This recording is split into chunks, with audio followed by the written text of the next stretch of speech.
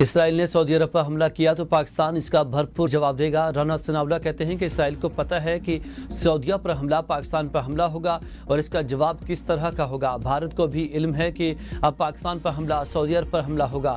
پاکستان نے مارکے حق میں ثابت کیا کہ وہ اپنے سے بڑے ملک پر حاوی ہے۔ بھارت اور اس کی خفیہ ایجنسی را دہشت گردوں کو فنڈ اور پناہ دے رہے ہیں۔ دہشت گردوں کے ٹھکانے اور تربیتی مراکز جڑ سے اکھاڑ پھینکیں گے۔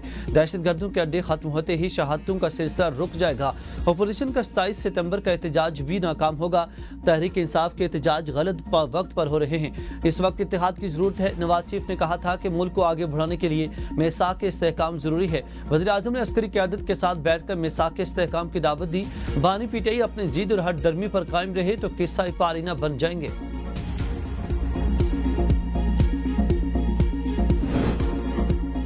سعودی عرب سے معاہدہ ایک رات میں طے نہیں پایا، کئی ماہ لگے ہیں۔ نائب وزیر اعظم اسحاق ڈار کہتے ہیں دیگر ملک بھی ایسے معاہدے کا حصہ بننے کی خواہش رکھتے ہیں۔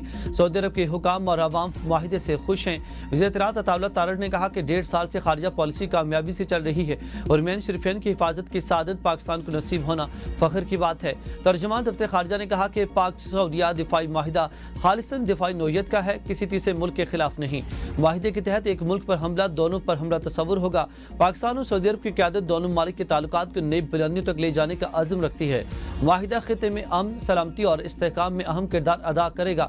پاکستانی عوام کو سرزمین حرمین شریفین سے خاص عقیدت ہے۔ 1960 کی دہائی سے دفاعی تعاون پاکستان سعودی تعلقات کا بنیادی ستون رہا ہے۔ پاکستان عالمی برادری کے ساتھ ثابت قدمی امدادی فلوٹیلا پر کسی بھی حملے کا مخالف ہے۔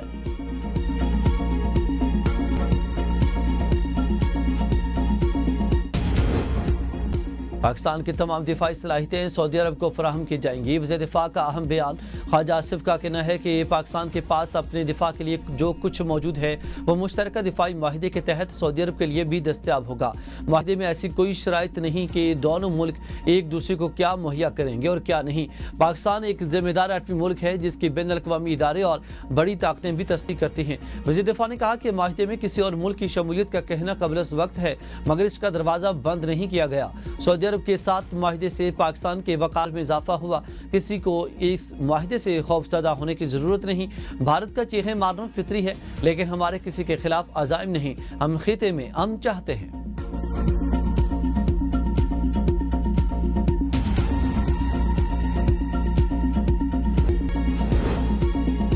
چیف جسٹس اسلام آباد ہائی کورٹ انتظامی اختیارات سے ججز کے عدالتی اختیارات ختم نہیں کر سکتے۔ ہائی کورٹ کے 5 ججز نے چیف جسٹس سرفراز ڈوگر کے مختلف اقدامات سپریم کورٹ میں چیلنج کر دیے۔ جسٹس محسن کیانی، جسٹس طارق جہانگیری، جسٹس صدار اعجاز اسحاق، جسٹس سمر رفت امتیاز اور جسٹس بابر ستار نے درخواست میں موقف اختیار کیا کہ چیف جسٹس اپنی منشا کے مطابق ججز کو عدالتی فرائض کی انجام دہی سے نہیں روک سکتے۔ انتظامی کمیٹیوں کے 3 فروری اور 15 جولائی کے نوٹیفکیشن کا عدم قرار دینے کی استدعا۔ جسٹس طارق محمود جہانگیری نے جعلی ڈگری کیس میں سپریم کورٹ میں اپیل دائر کر دی۔ اظہار یکجہتی کے لیے جسٹس محسن اختر کیانی، جسٹس بابر ستار، جسٹس اعجاز اسحاق اور جسٹس سمر رفت امتیاز بھی سپریم کورٹ آئے۔ سپریم کورٹ نے جسٹس طارق محمود جہانگیری کے اپیل کو نمبر الاٹمنٹ کر دیا۔ بانی پی ٹی آئی کا جی ایچ کیو حملہ کیس میں ویڈیو لنک کے ذریعے پیش ہونے پر عدالتی کارروائی کا بائیکاٹ۔ بانی پی ٹی آئی کے وکیل فیصل ملک نے کہا کہ عدالت میں ویڈیو لنک تو موجود ہی نہیں، واٹس ایپ کال پر کارروائی چلائی گئی۔ بانی پی ٹی آئی کی غیر موجودگی میں ٹرائل چلانا غیر قانونی ہے۔ ویڈیو لنک نوٹیفیکیشن کے خلاف ہائی کورٹ جا رہے ہیں، آدھا ٹرائل جیل میں آدھا عدالت میں، یہ انصاف کے تقاضوں کے خلاف ہے۔ عدالت نے 2 گواہان کی شہادت قلم بند کر لی۔ بانی کو ذاتی حیثیت میں پیش کرنے کی درخواست خارج۔ آئندہ سماعت پر F I A PEMRA, P I D اور وزارت داخلہ کے 10 گواہان طلب کر لیے۔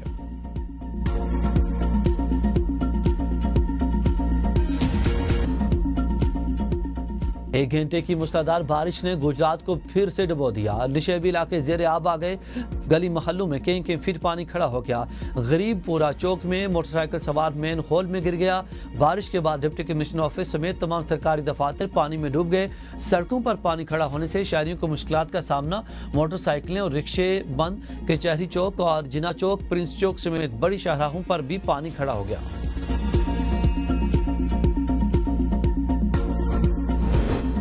بھاول نگر و گردنواہ میں دریائے چناب کے سیلابی پانی نے گھروں کا سامان، پالتو جانوروں اور تیار فصلوں کو تباہ کر دیا۔ لاکھوں لوگ بے گھر ہو گئے۔ منچن آباد کے 34 دیہات میں دریائے ستلج نے تباہی مچا دی۔ 4000 سے زائد مکانات دریا برد ہو گئے۔ ہزاروں خاندان بے گھر اور ہزاروں ایکڑ فصلیں دریائے ستلج کی نظر ہو گئیں۔ متاثرین کھلے آسمان تلے ابھی بھی امداد کے منتظر ہیں۔ علی پور میں بھی سیلاب نے بڑے پیمانے پر تباہی مچائی۔ ہزاروں مکانات، ہزاروں ایکڑ پر کھڑی فصلیں اور باغات سیلاب کی نظر ہو گئے۔ لاکھوں لوگ متاثر ہوئے۔ علی پور سے سید پور کا زمینی رابطہ تاحال منقطع ہوگا۔ سیلابی ریلوں نے معزز صاحب لنگرا کے ہنستے بستے گھر اجاڑ دیے۔ مکان، فصلیں، جانور سب سیلاب کی نظر ہو گئے۔ واپس آنے والے متاثرین کے گھر کھنڈرات کا منظر پیش کر رہے ہیں۔ روہیلہ والی کے نواحی دیہات میں دریائے چناب نے تباہی مچا دی۔ لوگوں کے گھر، باغات، فصلیں تباہ ہو گئیں۔ حکومتی امداد نہ ملنے کا شکوہ۔ اوش شریف کے سیلابی علاقوں میں پانی کی سطح کم ہونے کے بعد متاثرین کے گھروں کو واپسی، گھر منہدم، رابطہ سڑکیں سیلابی پانی میں بہہ گئیں۔ احمد پور سیال کے نواحی علاقے، فتح پور میں متعدد بستیاں اجڑ گئیں۔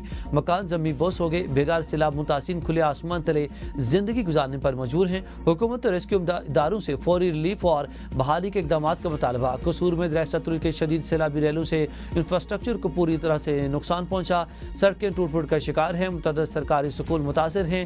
درجنوں مکانات تباہ ہو گئے۔ شکر گڑھ میں ہزاروں ایکڑ فصل تباہ ہو گئی ہے۔ دودھے، نگلی اور دیگر دیہاتوں کو ملانے والی روڈ زیر آب آنے سے درجنوں دیہاتوں کے مکینوں کی مشکلات کم نہ ہو سکیں۔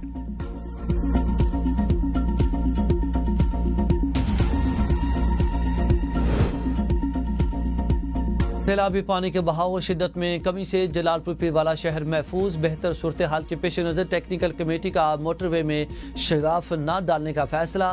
سینئر وزیر پنجاب مریم اورنگزیب کہتی ہیں کہ وزیر اعلیٰ پنجاب مریم نواز تمام صورتحال کی ذاتی طور پر نگرانی کر رہی ہیں۔ شہر و شہریوں کی حفاظت ہماری اولین ترجیح ہے۔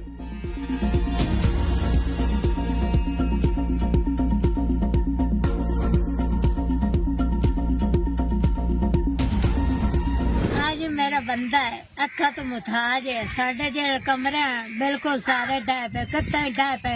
اسی ماز غریب ہے، ایسے کی کر سکتے ہیں؟ ایسے مزدوری نہیں کر سکتے ہیں تو کوئی ہیلپ ہوندی نہیں تو کرو، چاہے تھوڑی بڑی مہربانی۔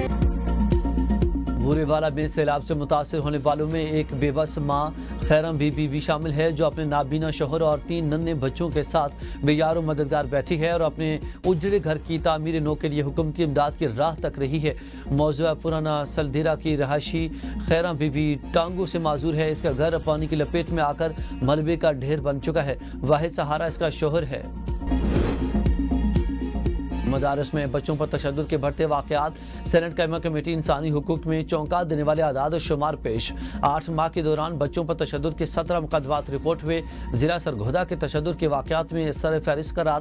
مظفر گڑھ، خانیوال، فیصل آباد اور گجرات میں بچوں پر تشدد کے واقعات ہوئے۔ سندھ میں 612 مقدمات درج ہوئے۔ خیبر پختونخوا حکومت کی جانب سے کوئی رپورٹ پیش نہیں کی گئی۔ دستاویزات کے مطابق مختلف مقدمات میں متعدد ملزمان گرفتار ہیں۔